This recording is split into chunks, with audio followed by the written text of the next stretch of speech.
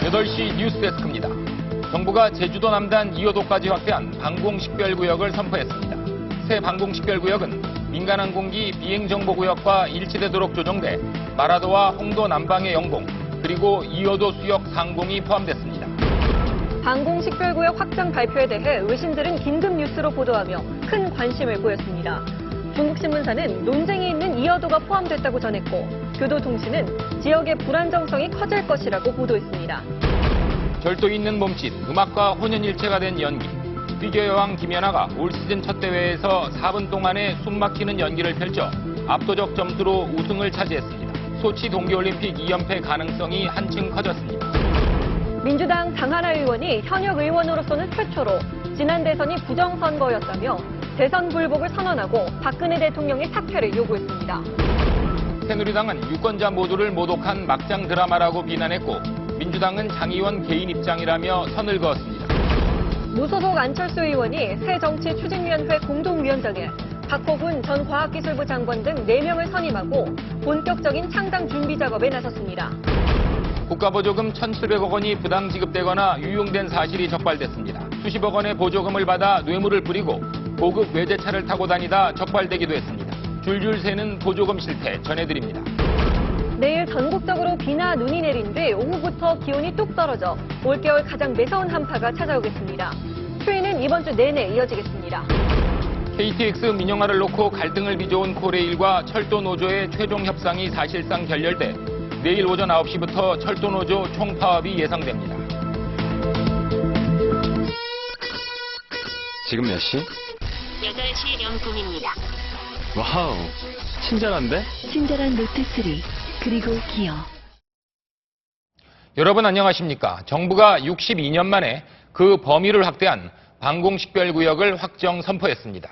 2호도 수역 상공과 마라도와 홍도 남방의 영공이 포함됐습니다. 김준석 기자의 보도입니다. 새롭게 확대된 우리나라의 방공식별구역 카드지는 2호도 수역 상공과 우리 영토인 마라도, 거제도 인근 홍도 남방의 영공이 포함됐습니다. 크기로는 남한 면적의 3분의 2 정도 됩니다. 1951년 당시 미국 태평양 공군이 중공군의 공습을 저지하기 위해 설정한 이후 62년 만의 조정이며 동해와 서해는 확대하지 않았습니다. 대한민국 정부는 국제적으로 통용되고 있고 인접국과 중첩되지 않는 인천 비행정보구역 FIR과 일치되도록 조정됩니다. 우리나라의 방공식별구역 확대 선포는 중국이 우리 2호도 상공을 포함하는 방공식별구역을 일방적으로 발표한 지 15일 만입니다. 확대된 우리 방공식별구역의 효력은 관보와 항공고시보, 고시 등을 거쳐 오는 15일부터 발생합니다. 정부는 중국과 일본의 무관과 외교 채널을 통해 사전에 설명을 했으며 우리 조치가 국제교범에 부합하고 과도한 것이 아니라는 점에 모두 공감했다고 밝혔습니다. 정부는 또 조정된 한국 방공식별구역에서 우발적 군사 충돌 등을 막기 위해 관련국들과 필요 조치를 추가 논의할 예정이라고 밝혔습니다. MBC 뉴스 김준석입니다. 정부의 선포로 이제 한중일 간의 구역이 서로 겹치게 됐는데 앞으로 운영은 어떻게 하게 될까요? 정부는 중국 구역은 인정하지 않되 일본 구역과 겹친 2호도 상공에 진입할 땐 지금처럼 사전 통보한다는 계획입니다. 김종호 기자의 보도입니다.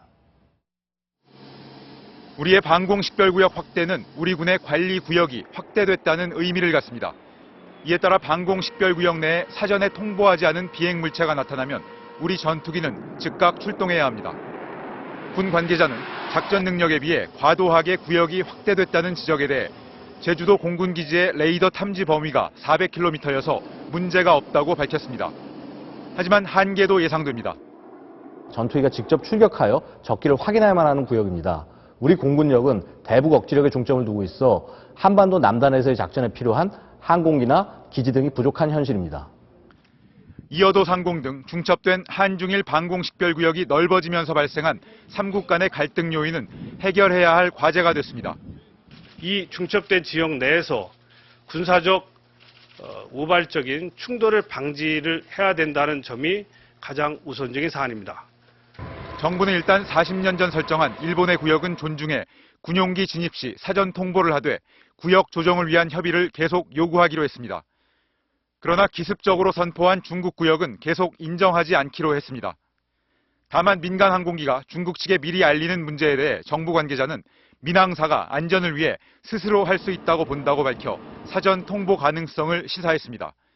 MBC 뉴스 김정호입니다. 정부의 새로운 방공식별구역 선포에 대해 중국과 일본은 다소 불편하다는 반응을 보였지만 노골적인 불만은 자제하는 분위기입니다. 베이징 김대경 특파원의 보도입니다. 중국 관영 언론들은 한국의 방공식별구역 확대로 분쟁 구역인 이어도가 포함됐다고 보도했습니다. 包括纳入与中国存在管辖权争议的苏岩礁。 중국 당국은 공식 반응은 없었지만 방공식별구역 논쟁을 일본에 이어 한국까지 넓히는 것은 자제하는 분위기입니다. 中方愿在平等和相互尊重的基础上与韩方保持沟通。 일본 언론들은 동북아 안보 불안 지수를 높일 새 변수가 될 수 있다고 우려했습니다. 하지만 미국의 암묵적인 동의가 있었다는 점에서 정부 차원의 강한 반발은 없을 거란 관측입니다. 미국 정부는 한국의 카디즈 확대 발표가 미국 등 주변국과의 사전 협의를 통해 책임 있고 신중하게 이루어졌다며 긍정적으로 평가했습니다. 일각에선 일본이 독도를 자국 방공식별구역에 포함시키고 중국은 남중국 해와 서해까지 방공식별구역을 넓힐 가능성도 제기됩니다. 이어도가 한중일이 주장하는 방공식별구역에 모두 포함됐다는 점에서 분쟁의 불씨는 남아 있습니다. 우발적인 충돌을 막기 위한 위기 관리가 필요한 시점입니다. 베이징에서 MBC 뉴스 김대경입니다. 네, 다음은 오늘 새벽 국민들을 기쁘게 했던 김연아 선수의 우승 소식입니다. 모두를 숨죽이게 만들었던 4분. 여왕의 건재함을 알리는 혼의 연기. 먼저 하이라이트 영상 감상하시죠.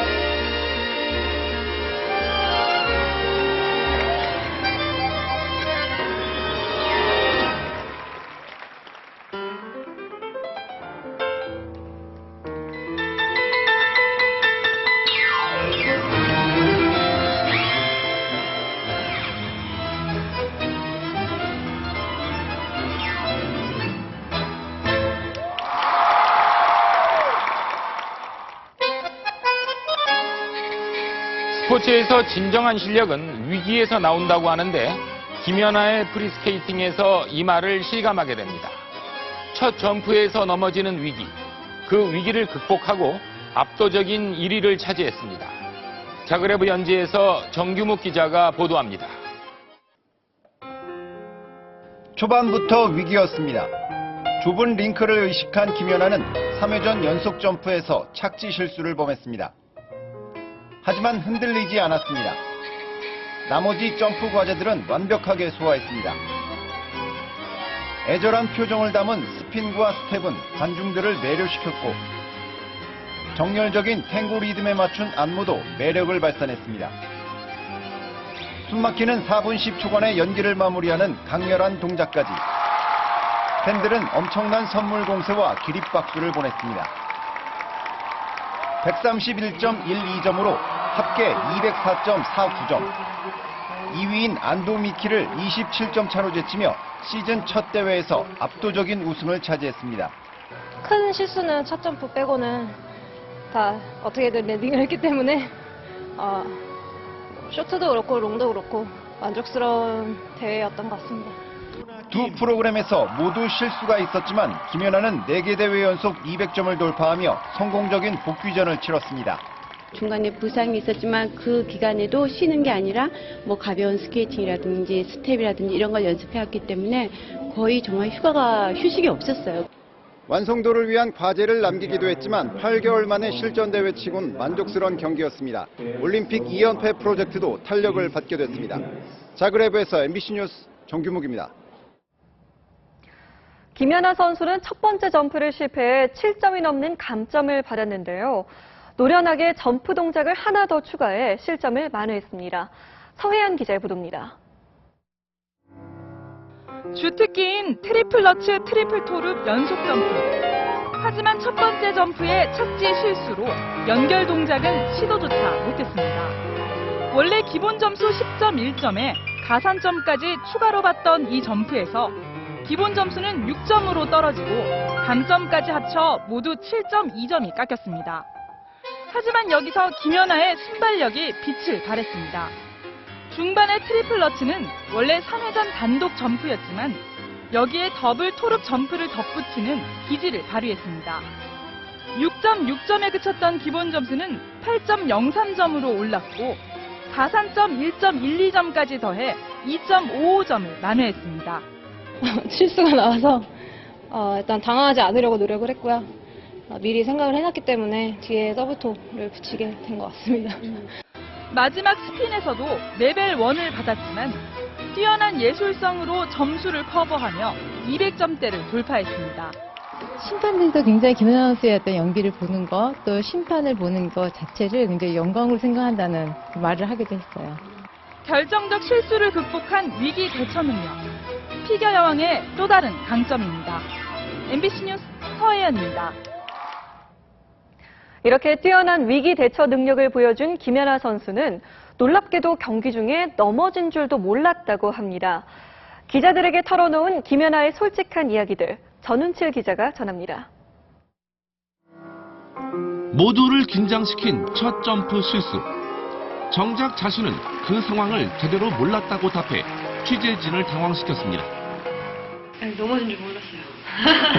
그냥 스텝아웃 정도 줄 알았는데 지금 보니까 넘어졌네요. 걱정했던 부상에 대해서는 초연했습니다. 트리플 점프를 뛴 지가 10년이 넘었기 때문에 부상이 없을 수가 없어요. 체력에 대한 고민은 훨씬 현실적이었습니다. 여자 나이 18 이후면 좀 늙는다고 그러더라고요. 회복이 늦다고? 그래서 좀 늙었구나 이런 생각도 들고. 줄곧 비교돼온 아사다 마오에 대해선 묘한 감정도 드러냈습니다. 둘 다 징하다 이런 생각 하게 되는 것 같아요. 저도 그렇고 그 선수도 아마 저한테 그런 생각도 하지 않을까. 이제 남은 건 소치 올림픽. 예전만큼 동기부여가 되지는 않는다면서도 해피엔딩을 기대했습니다. 금메달을 따야 된다. 그 정도까지 간절함이 아니기 때문에 빨리 하고 끝내버렸으면 그러면 홀가분하니까 빨리 왔으면 좋겠어요. MBC 뉴스 전운칠입니다. 아사다 마오 선수도 어젯밤 그랑프리 파이널에서 프리스케이팅 연기를 펼쳤는데요. 두 사람 다 점프 실수가 있었지만 뚝심과 예술성 면에서 김연아 선수가 한 수 위라는 평가입니다. 장유진 기자의 보도입니다. 첫 번째 트리플 악셀에서 엉덩방아를 찧은 아사다 마오. 두 번째 트리플 악셀은 착지가 불안정했습니다. 연이은 실패로 인한 심리적 부담감을 떨치지 못하더니 급기야 3회전 점프에 이은 2회전 콤비네이션 점프에서 회전수 부족 판정을 받고야만 합니다. 반면 김연아는 실수 뒤에도 곧바로 여유를 되찾으면서 고득점에 성공했습니다. 프리스케이팅 점수는 아사다 마오가 근소하게 앞섰지만 단기간에 극복하기 어려운 예술 점수의 차이는 주목할 만합니다. 김연아는 곡 해석에서 9.10점을 받는 등 5개 가운데 2개 요소에서 9점을 넘었습니다. 반면 아사다 마오는 가장 높은 점수가 8.79로 9점대의 벽을 넘지 못했습니다. 다른 대회이고 심판들도 완전히 다르기 때문에 다 같이 붙었을 때 경기를 했을 때 보는 게 중요한 것 같습니다. それを今度の次の試合までにしっかりクリアにしてオリンピックにつなげたいと思います。 이번 원격 대결에서는 두 선수 모두 우승했지만 소치 올림픽에서 정상의 자리는 오직 하나뿐입니다. MBC 뉴스 장유진입니다. 성공적으로 복귀전을 마친 피겨 여왕은 갈라쇼에서 평화의 메시지를 전했습니다. 정희석 기자의 보도입니다. 갈라쇼 마지막에 등장한 피겨 여왕은 자그레브를 연보라빛 감동으로 물들였습니다. 우아한 동작으로 평화와 반전을 온몸으로 노래했습니다. 내전으로 상처받았던 크로아티아를 위한 치유의 의미도 담았습니다. 혼자가 아니라는 의미의 손동작과 평화를 상징하는 V자 퍼포먼스엔 잇따라 탄성이 터졌습니다. 연기 후엔 조직위원회의 깜짝 선물로 한국어 장례방송이 울려 퍼졌습니다. 깊은 감사를 전합니다. 당신과 함께한 시간이 정말 즐거웠습니다. 유일하게 커튼콜을 받고 다시 음반에 오른 김연아는 작별 인사로 피날레를 장식했습니다. 모든 면에서 정말 완벽한 프로그램 하나를 보여드릴 수 있도록 하는 게 목표인 것 같습니다. 소치를 향한 피겨 여왕의 마지막 겨울 이야기가 클라이막스로 치닫고 있습니다. MBC 뉴스 정희석입니다. 민주당 장하나 의원이 지난 대선이 부정선거였다면서 대선 불복을 선언하며 대통령 사퇴를 요구했습니다. 새누리당은 즉각 반발했고 민주당은 당론이 아니라며 선을 그었습니다. 김재경 기자의 보도입니다. 민주당 장하나 의원은 이메일 성명을 통해 지난 대선은 명백한 부정선거라고 주장하며 대선 결과 불복을 선언한다고 밝혔습니다. 또 대선에 불복하는 것이 민주주의의 실현이고 내년 지방선거 때 대통령 보궐선거를 치르는 것이 유일한 방법이라고 주장하며 대통령 사퇴를 촉구했습니다. 정부와 여당이 정치적인 책임과 또 진상규명의 의지가 있느냐, 거기에 대해서 실망과 의심을 가지고 당황한 민주당은 장 의원 개인 생각일 뿐이고 대선 불복과 대통령 사퇴 요구는 당의 입장이 아니라며 유감을 표하는 등 진화에 나섰습니다. 당의 입장과 다른 개인적 입장을 공개 표명한 것에 대해서 유감스럽게 생각합니다. 새누리당은 대한민국 유권자를 모독하고 국민의 선택으로 뽑은 대통령을 폄훼한 것이라며 비판했습니다. 이런 우둔한 정치는 반드시 부메랑이 되어올 것이다. 정홍원 국무총리는 매우 안타깝고 유감이라고 말했습니다. 지난 대선 때 문재인 후보 캠프 청년 특보실장을 지낸 장 의원은 제주 출신으로 올해 36살이며 제주 해군기지 반대 운동을 이끌었고 19대 총선에서 비례대표에 선출됐습니다. MBC 뉴스 김재경입니다. 안철수 의원이 새정치추진위원회 위원장 명단을 발표하고 본격적인 창당 작업에 돌입했습니다. 새누리당과 민주당은 방향은 달랐지만 일제히 견제구를 던졌습니다. 조영익 기자입니다. 무소속 안철수 의원이 참여정부 때 과학기술부 장관을 지낸 박호근 전 장관과 광주시민연대 대표 등을 지낸 윤장현 광주비전 21 이사장, 민주당을 탈당한 김효석, 이계한 전 의원과 손을 잡았습니다. 안 의원은 이들 4명을 신당 창당 준비기구인 이른바 새정치추진위원회 공동위원장으로 결정했습니다.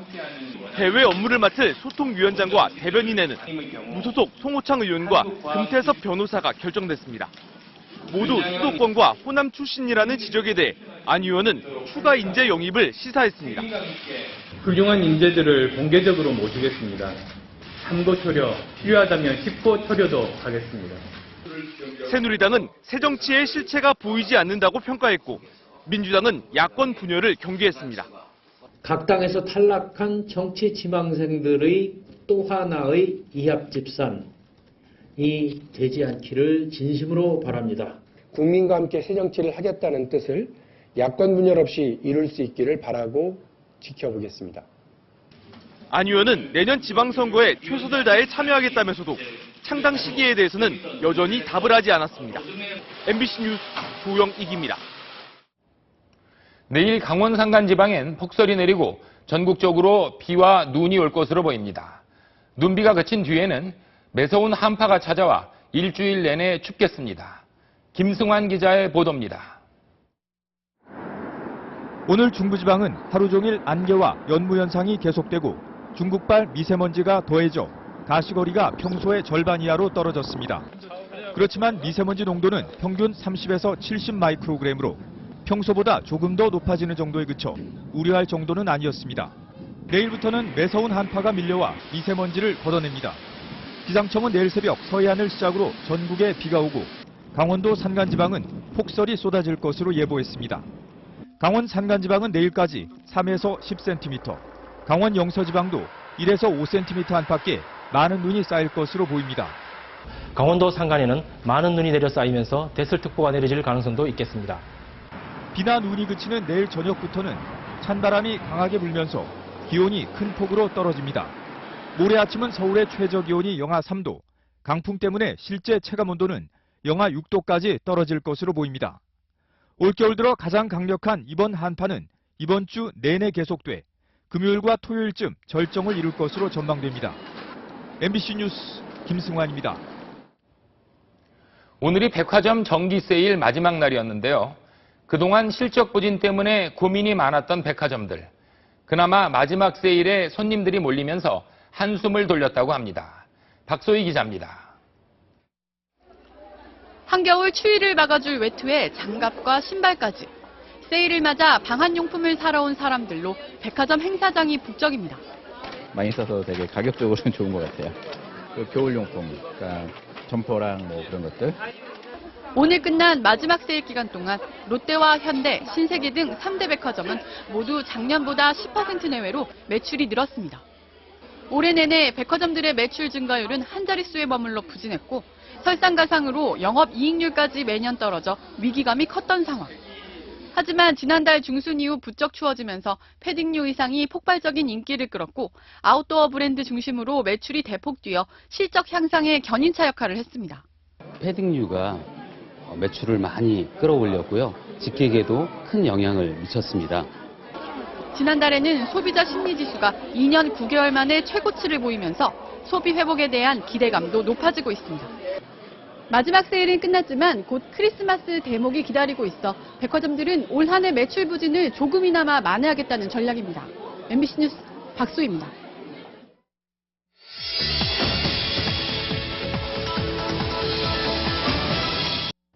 하지만 최근 많은 소비자들은 국내보다는 해외 쇼핑으로 눈길을 돌리고 있습니다. 수입품의 경우도 그렇지만 국내 기업이 생산한 제품까지 가격 차이가 너무 크기 때문인데요. 국내 소비자들이 봉취급을 받고 있는 이유는 뭔지 곽승규 기자가 따져봤습니다. 최근 수입된 해외 전자업체의 최신형 노트북. 미국의 유명 쇼핑 사이트의 가격은 $350, 우리 돈 약 37만 원입니다. 국내의 전자제품 매장에선 2배 가까이 비싼 가격에 팔리고 있습니다. 이게 뭐 가격이 얼마예요? 73만 9천 원인데요. 더 빠지는지 모르겠는데 69만 9천 원인데요. 수입품을 국내 소비자가 구입하기까지 거치는 과정은 크게 4단계. 이 가운데 국내 수입 업체가 외국 제조업체와 맺는 독점 계약이 가격 상승의 주 요인으로 지목됩니다. 수입품은 그렇다 치고 국산 제품마저 외국보다 국내 가격이 더 비싼 이유는 뭘까? 55인치 삼성 스마트 TV의 경우 미국 인터넷 사이트 구매가가 211만 원인데 반해 국내 온라인 최저가는 306만 원입니다. 해외에서 200여만 원이면 살 수 있는 LG TV 역시 국내 최저가는 330만 원으로 130만 원가량 더 비쌉니다. 미국 시장 규모는 국내보다 수십 배 크고 배송 및 AS 비용, 제품 사양, 시청 편의성 등 구매 조건을 비롯해 유통 구조가 전혀 다르기 때문에 시장 규모의 차이, 다시 말해 미국 시장은 크니까 박리다매로 팔고 국내 시장에선 제값을 받고 있다는 얘기입니다. 또 미국에선 현지 유통업체들이 가격 결정권을 갖고 있는 반면 국내에선 대기업들이 제조는 물론 유통까지 장악하고 있다는 것도 큰 차이입니다. 국내 대기업 브랜드에 대한 소비자들의 높은 충성도가 기업들이 고가 정책을 펴는 한 요인이 된다는 분석도 있습니다.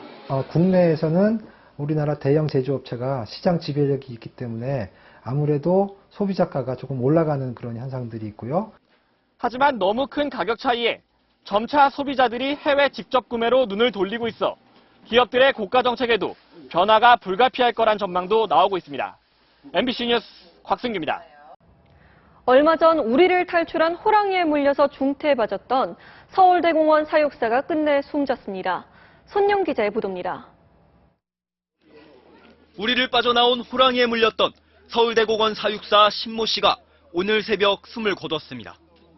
목과 척추를 물려 중태에 빠진 채 보름 동안 치료를 받아왔지만 끝내 의식을 되찾지 못했습니다. 경찰은 이르면 내일 중으로 검찰 지휘를 받아 서울대공원 관계자 서너 명을 안전관리 소홀에 따른 과실치사 등의 혐의로 형사 입건할 방침입니다. 오늘 새벽에는 경기도 고양시의 한 동물원에 있던 2년 3개월생 수컷 남방물개가 우리를 빠져나왔습니다. 숙직을 하던 사육사가 이곳에 왔을 때는 이미 문도 열려 있었고 물개도 사라진 뒤였습니다. 물개는 3km 정도 떨어진 한 초등학교 앞 도로에서 4시간 만에 발견돼 소방대에 의해 구조됐습니다. 공교롭게도 CCTV에는 물개가 사라진 시간을 전후한 2분가량이 녹화돼 있지 않아 물개가 어떻게 동물원을 빠져나갔는지는 확인되지 않고 있습니다. 증언에 따르면 잠겨있고 몇백만 분의 뭐 이건 될 수 있겠지만 딱 뺄 수 있을 정도의 물개가 할 수 있을까라는 생각은 들어요. 지난 9월 우루과이에서 들어온 이 물개는 2달 전에도 우리를 탈출했다가 인근 농가에서 발견됐던 것으로 알려졌습니다. MBC 뉴스 손영입니다. 수서발 KTX 운영을 위한 코레일의 자회사 설립에 반대해온 철도 노조가 내일 총파업을 합니다. 파업이 시작되면 6천여 명의 대체 인력이 투입될 계획이지만 아무래도 시민 불편은 불가피할 것으로 보입니다. 민준현 기자의 보도입니다. 내일 오전 9시를 기해 파업이 예고된 가운데 코레일과 철도노조는 오늘 2차 교섭에서도 합의점을 찾지 못했습니다. 최대 쟁점은 철도 민영화.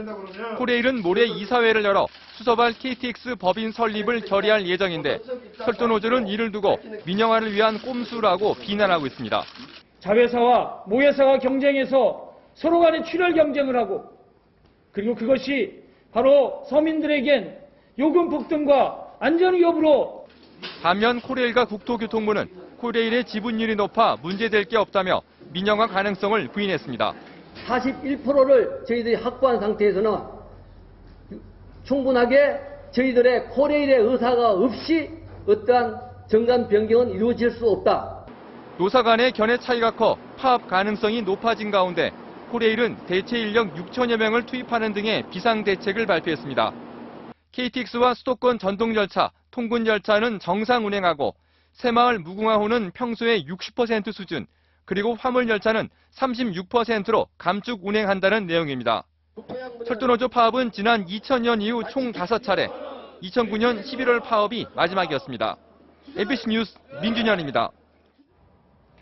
민간단체에 지원하는 국가보조금, 이 정도면 가히 눈먼 돈입니다. 외제차 임대료를 내고 공무원에게 뇌물로 썼습니다. 부풀리고 빼돌리며 국가보조금을 낭비한 사람이 3,000명이 넘습니다. 전재홍 기자의 보도입니다. 한옥으로 지어진 머스트런 건물, 국가와 자치단체 보조금 160억 원이 들어간 경북 의성 복지타운입니다.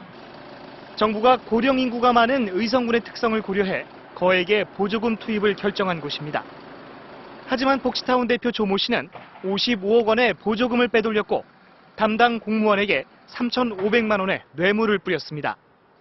노인들의 복지를 위해 쓰일 돈을 빼돌려서 자신이 살고 있는 서울 타워팰리스의 월세와 아내가 타고 다니는 외제차 포르쉐의 임대료를 냈고 가정부 월급을 주기도 했습니다. 한국농어촌공사로부터 해외 농업개발기금 72억 원을 저리로 빌린 뒤 사채업자와 유흥주점을 통해 돈을 세탁해 28억 원을 개인 용도로 쓴 경우도 있습니다. 기름값 인상으로 어려워진 화물 운전자에게 지원되는 유가 보조금을 화물기사와 짜고 가로챘던 주유소 대표 512명도 적발됐습니다.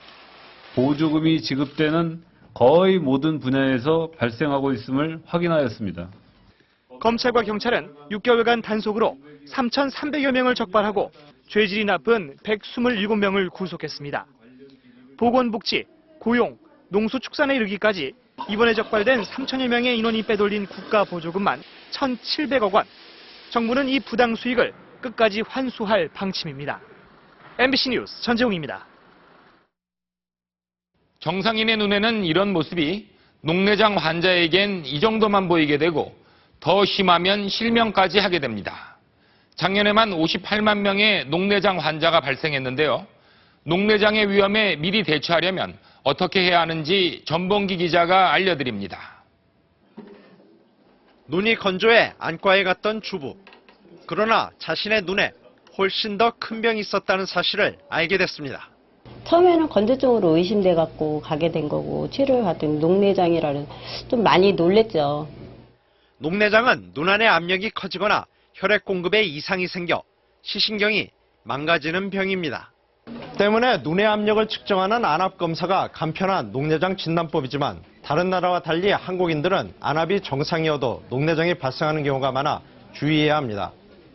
우리나라는 안압 대신 혈관 등의 문제로 녹내장이 생긴 경우가 77%에 달합니다. 따라서 40세 이상이 되면 안압은 기본이고 시신경 촬영 같은 정밀 검사를 받아보는 게 좋습니다. 특히 자각 증상이 없어 다른 병을 치료하러 갔다가 우연히 발견하는 경우가 많을 정도여서 조기 진단이 필수적입니다. 녹내장이 이미 많이 진행되어서 오신 분들의 경우에는 약물 치료를 하고 수술을 한다고 하더라도 실명하실 확률이 훨씬 더 높기 때문에 작년 녹내장 환자는 노령층을 중심으로 58만 명. 녹내장 진행을 막기 위해선 채소 과일을 많이 먹고 눈의 압력을 높이지 않도록 목이 편한 복장을 하는 게 좋습니다. MBC 뉴스 전봉기입니다. 꼬리물기와 정지선 무시하기. 많이 좋아졌다고 하지만 우리나라의 교통문화는 여전히 고칠 점이 많습니다. 외국인이 느끼는 한국의 교통문화는 어떨까요? 장성호 기자가 취재했습니다. 한국에서 2년째 살고 있는 일본인 혼다 씨. 한국인 아내와 살며 한국 문화에 익숙하지만 도로 위를 달릴 때면 여전히 긴장됩니다. 깜빡이를 켜면 오히려 끼어들지 못하게 속도를 내고 요란한 경적이 울리기 일쑤입니다.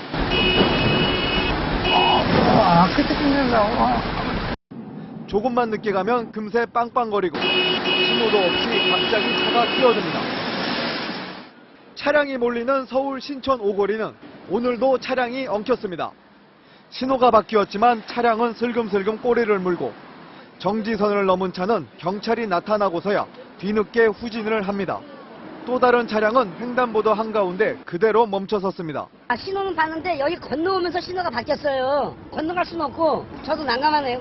정지선 침범 5점 감점입니다. 운전면허를 딸 때 가장 먼저 배우는 기초법규인 방향등 표시와 정지선 지키기. 하지만 우리나라에서 방향등 표시를 지키는 경우는 59%, 정지선 준수도 64%에 그쳤습니다.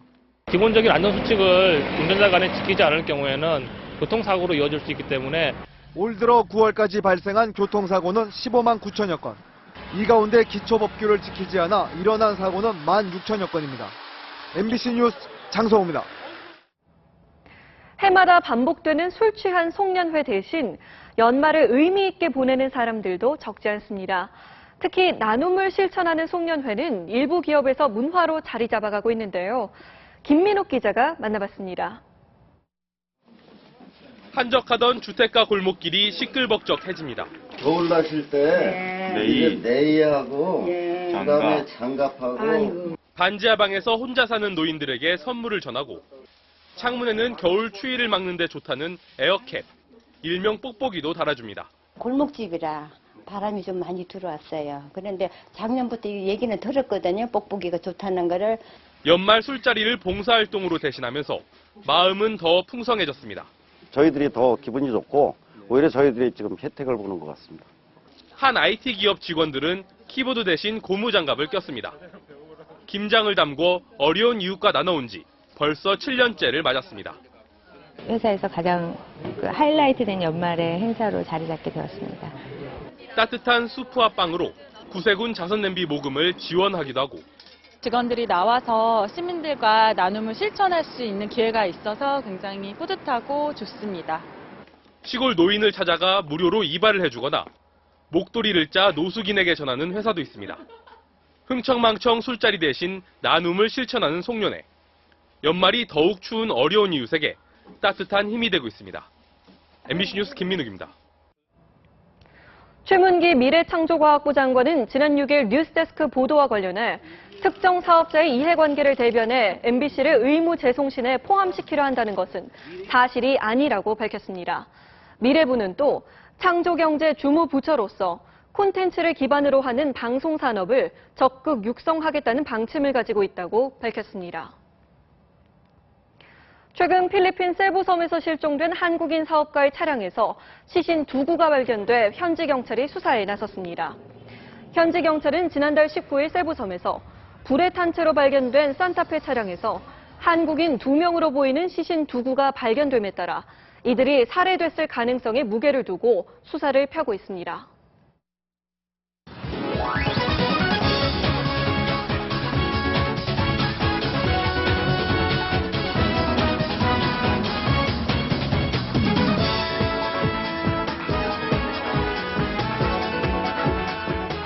안녕하세요. 스포츠 뉴스입니다. 행운의 조편성 카드를 받은 홍명보 감독, 가장 먼저 달려간 곳은 어디였을까요? 바로 알제리전이 예정된 경기장이라고 하는데요. 브라질 현지에서 이명진 기자가 전해드립니다. 홍명보 감독이 2회 연속 원정 16강을 위한 본격적인 현장 점검에 나섰습니다. 가장 먼저 찾은 곳은 브라질 남동부에 위치한 포르투 알레그리. 알제리와의 2차전이 벌어지는 곳으로 16강 진출을 위해 알제리는 반드시 잡아야 합니다. 경찰의 호의를 받으며 경기장에 도착한 홍 감독은 그라운드와 잔디 상태부터 점검했습니다. 공사가 한창 진행 중이지만 현장 관계자의 설명을 경청하며 경기장의 특성을 파악했습니다. 이곳이 가장 예선 3경기를 치른 데 있어서 중요한 분수령의 경기가 되는데 아직 완벽하지는 않지만은 남은 기간 동안 잘 준비해서 월드컵 본선에는 정말 좋은 팀으로 거듭날 수 있도록. 훈련장으로 사용할 브라질 프로팀 그레미우의 홈구장에도 들러 훈련 시설을 살펴본 홍 감독은 선수단이 휴식을 취할 숙소 점검을 끝으로 하루 일정을 마무리했습니다. 홍명보 감독은 내일 러시아와 첫 경기가 열리는 쿠이아바를 방문하고 다음날 베이스 캠프를 차릴 호주도 이과수로 현장 점검을 이어갑니다. 포르투 알레그리에서 MBC 뉴스 이명진입니다. 추신수 선수가 메이저리그 FA 시작을 뜨겁게 달구고 있는데요. 광고 모델로 내세우려는 러브콜도 뜨거워질 전망입니다. 로스앤젤레스에서 김성우 특파원이 전해드립니다. 교민들이 많은 미국 LA에서 추신수의 애칭은 꽃집 아저씨. TV 광고에서 꽃가게를 열었지만 장사 실력은 영 신통치 않아 파리만 날리는 모습으로 연일 등장하기 때문입니다. 야구 천재라도 생소한 일을 시작할 땐 전문가의 도움이 필요하다는 한 은행 광고입니다. 올 시즌 추신수의 눈부신 활약에 은행 순이익도 8% 가까이 늘었습니다. 추신수 선수 덕분에 올해 한 해도 구자가 많이 늘었고요. 그리고 올해 한 해 시즌 열심히 해주셔서 저희 모두 흐뭇하게 생각하고 있습니다. 이미 서너 개 기업이 추신수와의 광고 계약을 검토 중인 것으로 알려졌습니다. 역경에 굴하지 않고 당당히 메이저리그에서 이름값을 해낸 추신수의 모습은 비록 광고지만 교민들에게 큰 감명을 줬습니다. 추신수는 추 파운데이션을 설립해 홈런 또는 도루를 성공시킬 때마다 $1,000씩 기부했고 부루 어린이 돕기에도 적극 나서 2년 동안 6천만 원 넘는 기금을 모아 호감도가 매우 높다는 평가입니다. 좋죠. 저도 이제 뭐 애가 있는 어떻게 보면 이제 아버지의 입장이기 때문에 또 이제 애들도 보고 싶고 생각도 나고. 추신수가 이번 FA 시장에서 대박의 결과를 얻어낸다면 광고주들의 러브콜 역시 거세게 이어질 전망입니다. 로스앤젤레스에서 MBC 뉴스 김성우입니다. 독일 분데스리가 레버쿠젠의 손흥민 선수가 정규리그 7호 골을 터뜨렸습니다. 손흥민은 오늘 새벽 도르트문트와의 원정 경기에서 전반 18분 골키퍼까지 제치는 멋진 결승골로 팀의 1대0 승리를 이끌면서 독일 언론으로부터 팀 내 최고 평점을 받았습니다. 스피드스케이팅 모태범 선수 월드컵 시리즈 1000m에서 올 시즌 처음으로 우승을 차지했는데요. 오늘의 영상으로 만나보시죠.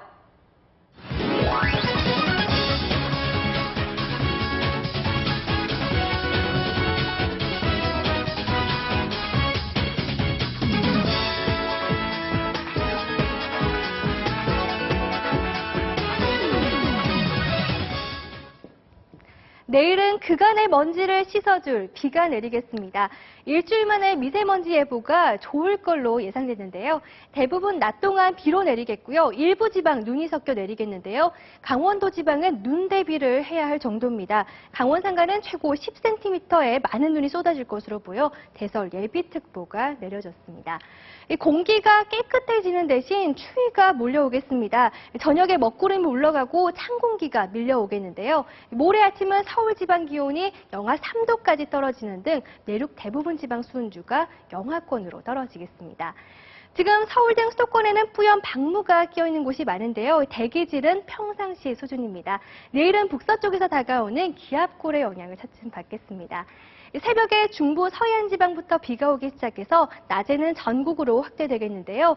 서해안은 강풍특보가 내려질 만큼 바람이 강할 것으로 보이니까 설물 피해 없도록 미리 대비 잘 하셔야겠습니다. 낮 기온은 오늘보다 1도에서 5도가량 낮아지겠습니다. 물결은 모든 바다에서 최고 4m까지 차츰 거세게 일겠습니다. 이번 주 내내 추위가 기승을 부리겠고요. 보시는 것처럼 눈 소식도 잦을 것으로 기상청은 전망하고 있습니다. 내일 도쿄는 흐린 날씨 보이겠고요. 평양도 비나 눈이 오겠습니다.